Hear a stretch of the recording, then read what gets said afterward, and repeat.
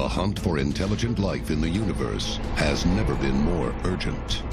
Rapid advances in science and technology have given mankind unprecedented access to distant galaxies that could harbor life, and the galaxies of subatomic particles that make up the entirety of life itself.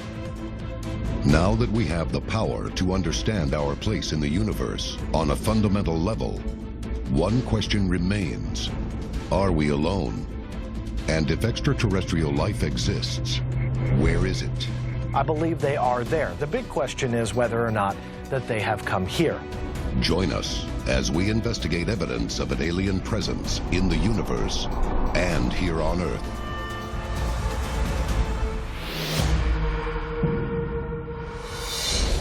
A global effort has begun. Secret files hidden from the public for decades, detailing every UFO account, are now available to the public. We are about to uncover the truth behind these classified documents. Find out what the government doesn't want you to know. Unsealed. Alien Files. Exposing the biggest secret on planet Earth. Scientists around the world are hunting the universe for signs of intelligent life. But where are they looking? And why? If there's other life out there in the universe, which I'm sure there is, it's only a matter of time before we find them.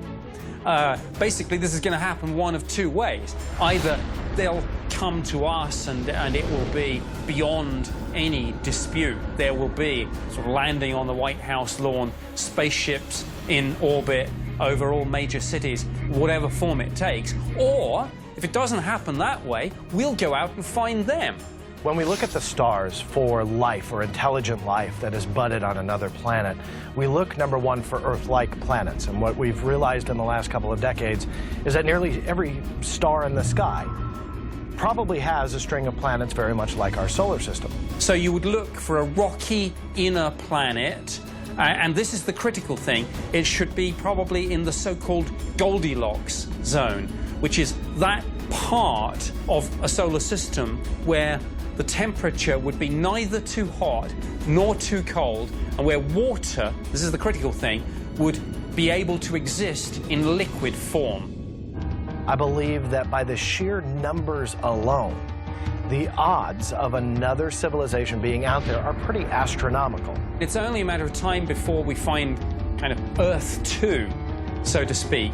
And recent studies suggesting there might not be hundreds or thousands, but millions or even billions of worlds like our own out there, billions of Earths, suggests to me that the universe should be absolutely swarming with life. It's one thing to look for simple organisms, but how can scientists search for advanced extraterrestrial civilizations? Many scientists are looking at the phenomenon known as a black hole, a vortex where a huge amount of matter has collapsed in on itself, creating such an extreme force of gravity that nothing can escape it, not even light. Some of the people who say, where do we look, say the real smart civilizations will migrate to near the black hole. So if you look for the black hole, that's where you might find aliens. Not in it, but close enough to it to mine somehow the energy. Using a black hole as fuel is far beyond our technological capability. But there is another more prevalent type of universal energy, much closer to home. Unsealed case file. The Sun.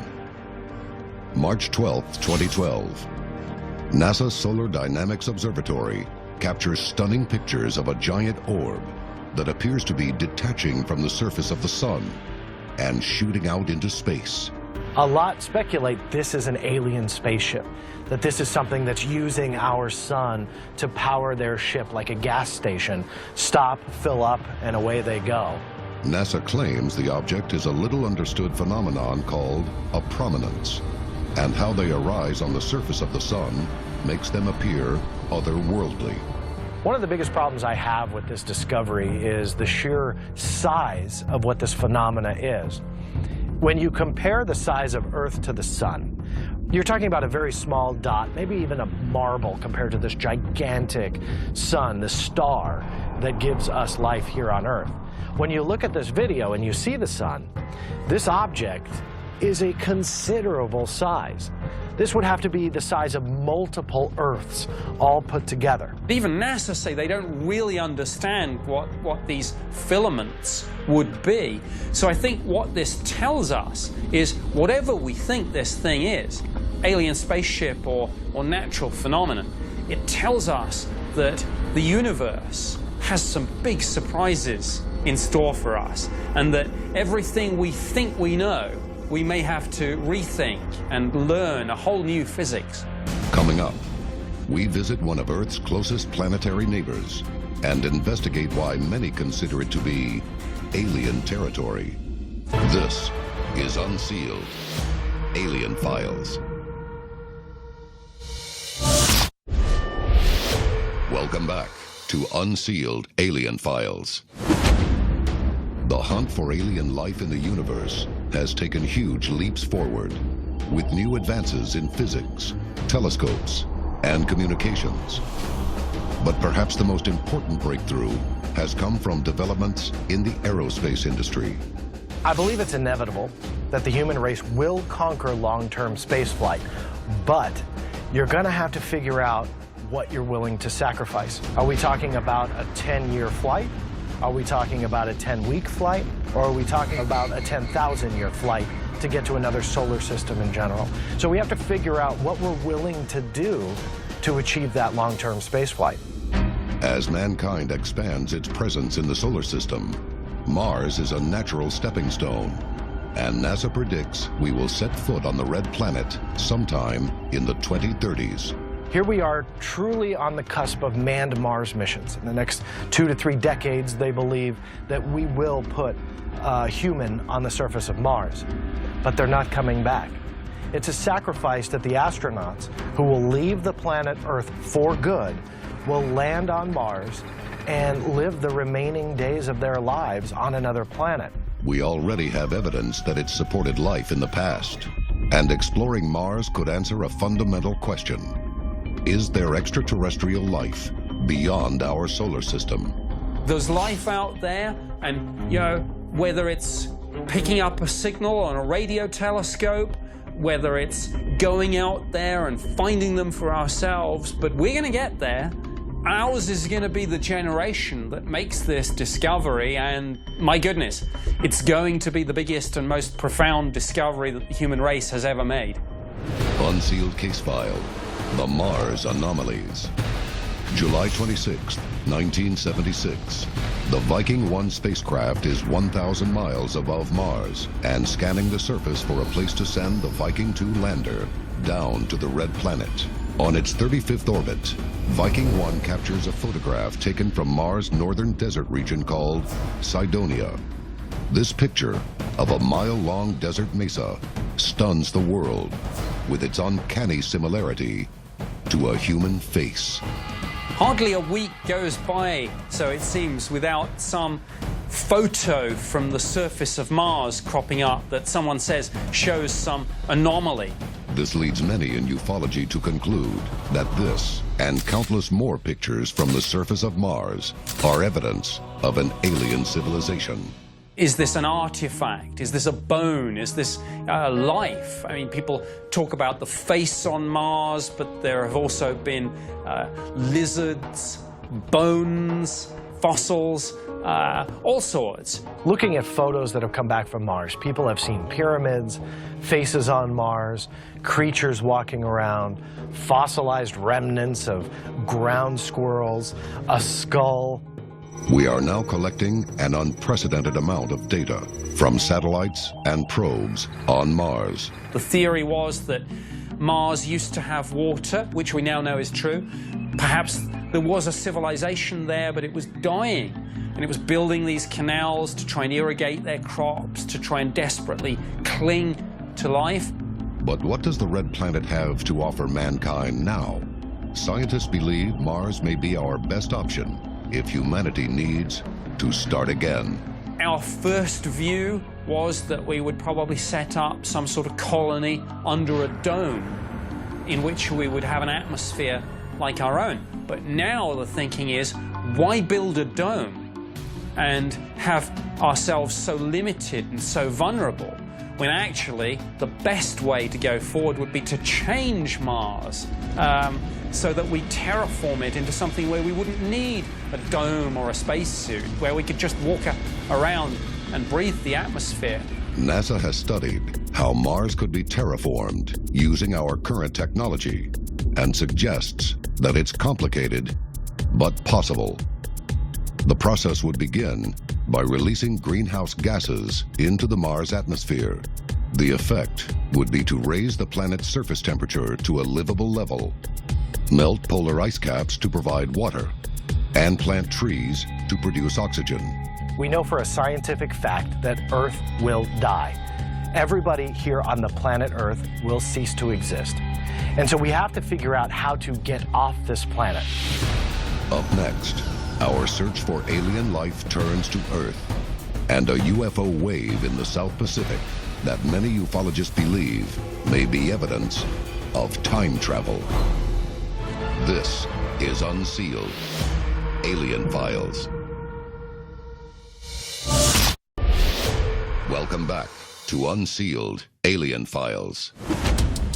The search for extraterrestrial life extends from our own planetary neighborhood deep into the cosmos.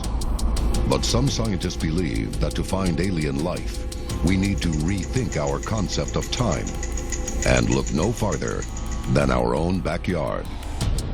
Unsealed Case File, the Papua New Guinea Wave. June 26th and 27th, 1959. Boyanai, Papua New Guinea. Reverend William Gill is a respected educator and ordained priest, teaching in Papua New Guinea. On the night of June 26th, he and 38 other witnesses see a light descend from the clouds and a large object that he later refers to as a mothership. The mass sightings that took place in Papua New Guinea in 1959 were compelling and actually a little disturbing. The main witness was a missionary called Father Gill, and together with a number of locals, they saw UFOs over a period of several weeks, and there were probably 20, 30, 40, 50 sightings. Reverend Gill describes the UFO as disc-shaped, with a wide base and landing gear. On one of the occasions, Father Gill reported a craft where he said there was what appeared to be almost a viewing deck on top of this thing, where he saw strangely humanoid entities which almost appeared to be looking at us. In a spontaneous gesture, Reverend Gill stretches his hand to wave, and he claims that the beings on the spaceship wave back. He wasn't the only witness. There were about 5 other ones, including a teacher, that saw these humanoid beings on top of a UFO above them. Copies of Reverend Gill's own report were distributed to members of Australia's Parliament. But in the end, Air Force authorities dismissed the incident. And you can almost understand an alien spaceship with aliens in. But if you see something with beings that are so similar to us that they're indistinguishable, it is almost the most disturbing thing of all. I mean, because you ask yourself, who are these people? What do they want? Why do they look so like us? The sighting is so important that 13 years later, famous American UFO investigator Dr. Allen Hynek decides to re-examine the evidence. Dr. J. Allen Hynek was a scientist who headed Project Blue Book. He started off as a pretty big skeptic, pretty much a debunker. He thought every UFO case that was out there was explainable. But as he saw more and more, and he talked to more witnesses, and he understood a little bit more about the phenomena, he was a skeptic debunker turned believer. For him to say so many years after the event that this is important, and he flew out there and he interviewed some of the witnesses, this tells me that this was a case of almost unique interest and importance in the whole history of the UFO phenomenon. Hynek is mostly interested in the eyewitness claims that the aliens looked human. One possible reason why this disturbs people so much, and it's a motif that one sees in science fiction, is infiltration.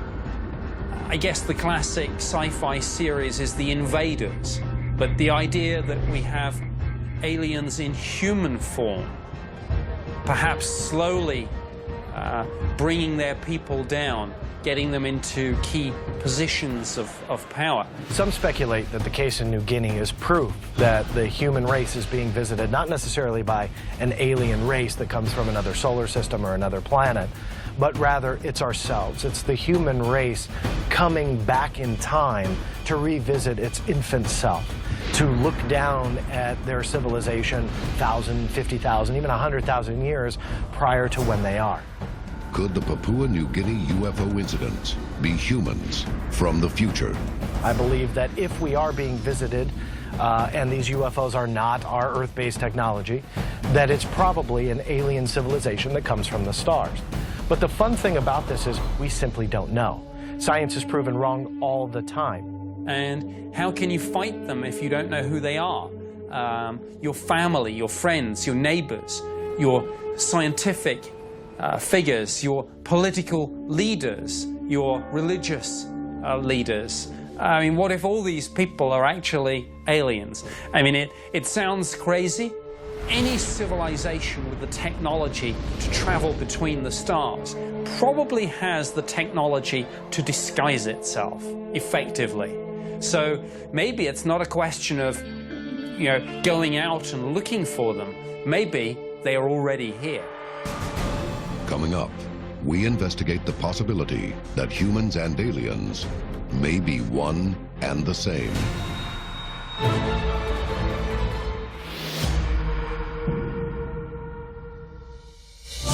Welcome back to Unsealed, Alien Files.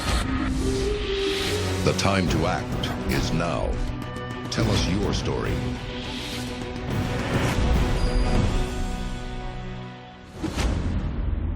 While some search for extraterrestrials in deep space, encounters reported with humanoid beings have many in the UFO community wrestling with a paradox. Are extraterrestrials human beings from the future? It's definitely possible that if a biological life form started evolving on another planet with Earth-like conditions on an Earth-like planet in a solar system that is like ours, that the theory of evolution will probably prove true, that they will look very similar to us. Recently, an expert in computational genomics decided to find out. Dr. Alan Kwan at Washington University conducted an intriguing study where he speculated about the future of the human race. And he said, well, we often look back, but what if we look forward, maybe 100,000 years? What might human beings look like? Both a man and a woman, their head was growing in size, so it's much larger than what we look like today. I mean, it's obviously human, and yet it isn't. Many UFO researchers have seen these physical characteristics before. If you go forward not 100,000 years, but 1 million, is that image going to actually be the image of a grey alien that would be familiar to every sci-fi fan and ufologist on the face of the planet? And that leads us to a possibility. Are the greys actually not aliens at all, but us? Are the greys what we, human beings, evolve into? Could our genetic makeup be universally connected? Are alien visitors in our skies actually our distant relatives? People often talk about the search for aliens. Well, maybe we've already found them. Maybe they're already here. Maybe if they are us, we are the aliens.